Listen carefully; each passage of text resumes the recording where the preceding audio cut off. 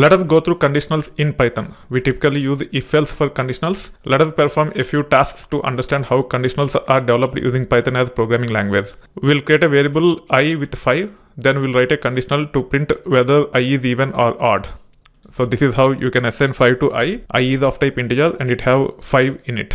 Now this is how you can actually write a simple if-else condition to print even or odd based upon the number. If the number is divisible by 2, then we want to print it as even, otherwise we want to print it as odd. We should be able to run this. Because 5 is not divisible by 2, it will go to the else part and it will print odd. When it comes to syntax, you have to start with the if like this. Then you can specify the condition either in brackets or without brackets. Both will work, but the best practice is to not use brackets. So this also will work.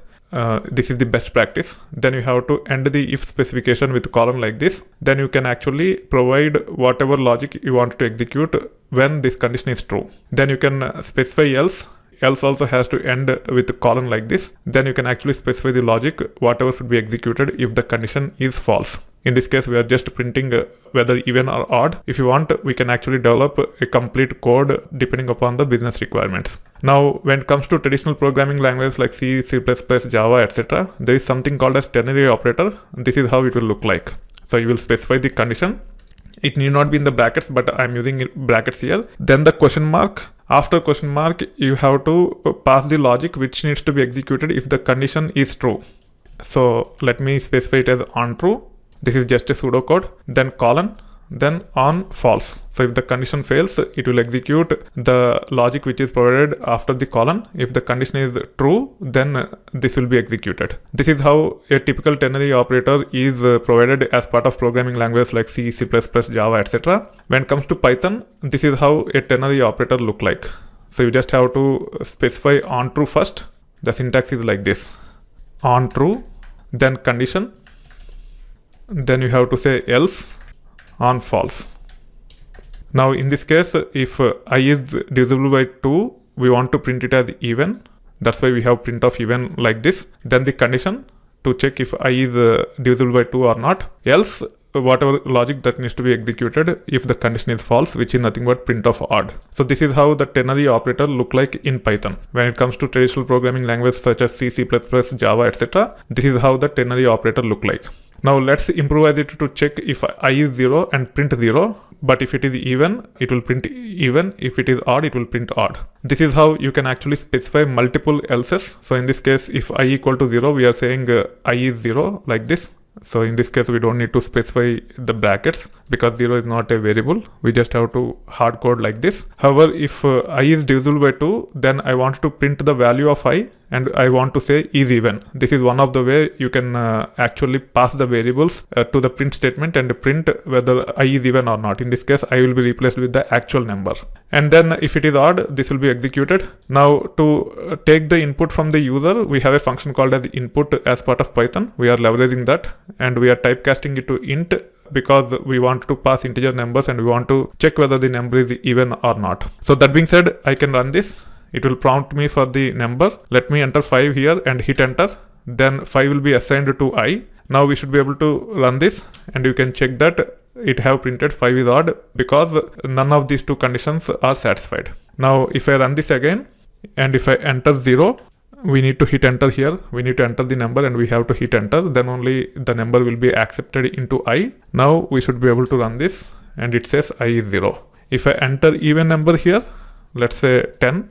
10 is divisible by 2 and hence this will be satisfied. This will not be satisfied and hence it will go to the else part. As part of else, we have elif as well as the else. If you have multiple elifs, it will check against all those elifs. If none of them satisfies, then it will actually go to the else part. So in this case, I is not equal to 0 and hence it will go to this elif. As 10 is divisible by 2, it will actually execute this piece and come out of it. Now you can actually see the result is 10 is even. I haven't hit enter here. That's why it did not work. Let me hit enter. Now we can see that output says 10 is even.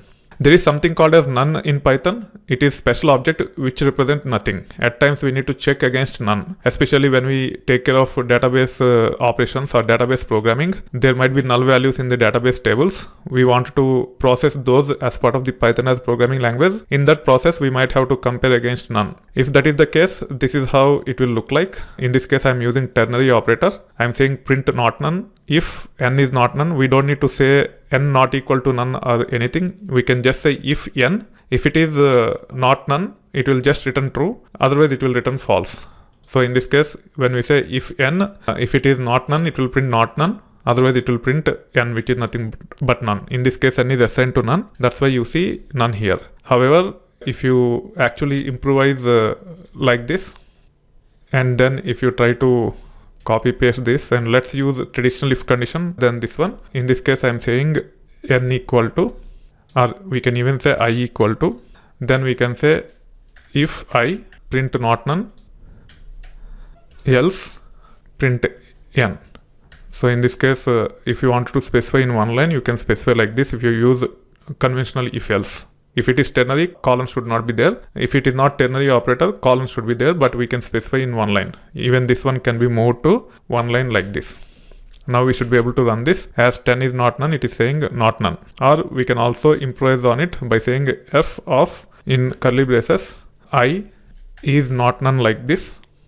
Now it will say 10 is not none. So this is how you should be able to compare against none values. As part of conditionals, we also perform Boolean operations such as Boolean OR and Boolean AND. Let's perform few tasks to understand more about how Boolean OR and Boolean AND can be implemented using Python as part of the conditionals. The first one is take the age of the baby and determine the category of the baby from the age perspective. The categories are nothing but newborn or infant, toddler, grown-up, or youth. If the baby is younger than 6 months, then the baby is supposed to be newborn or infant. If the baby's age is between 7 months to 18 months, then he or she is supposed to be toddler. If the baby's age is between 19 months and 144 months, which is nothing but 12 years, then the baby is supposed to be grown up. Above that, up to 216 months, he is supposed to be youth. After that, adult.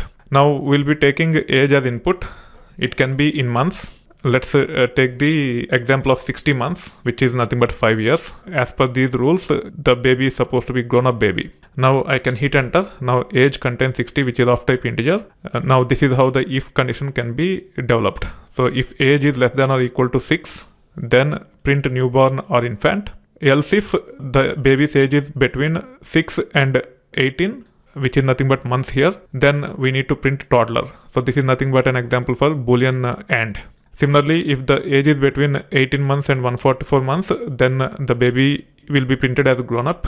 Between 144 and 216, it will be youth.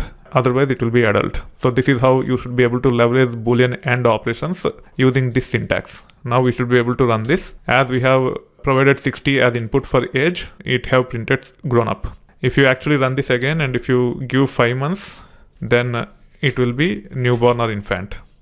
I have to again enter this, then I have to go down and then run this. Now you can see that it is printed as newborn or infant. Now let's perform another task. We need to check if the number is even or divisible by 3. So this is an example for Boolean OR. This is how it will look like. We'll be taking an integer and as input. Let me enter 5 here. It is an odd number. It is neither divisible by 2 nor it is divisible by 3, which means it is neither even nor divisible by 3. And you can see the output here. It says the number is even or divisible by 3 only if the condition satisfies. As the condition did not satisfy, it did not print anything because we haven't provided any else condition for this. Now if I enter 2, which is nothing but an even number, it will say number 2 is even or divisible by 3. Similarly, if you say 6 here, even for 6, it will give the same output. It will say number 6 is even or divisible by 3. And the task, check if the number is even and divisible by 3.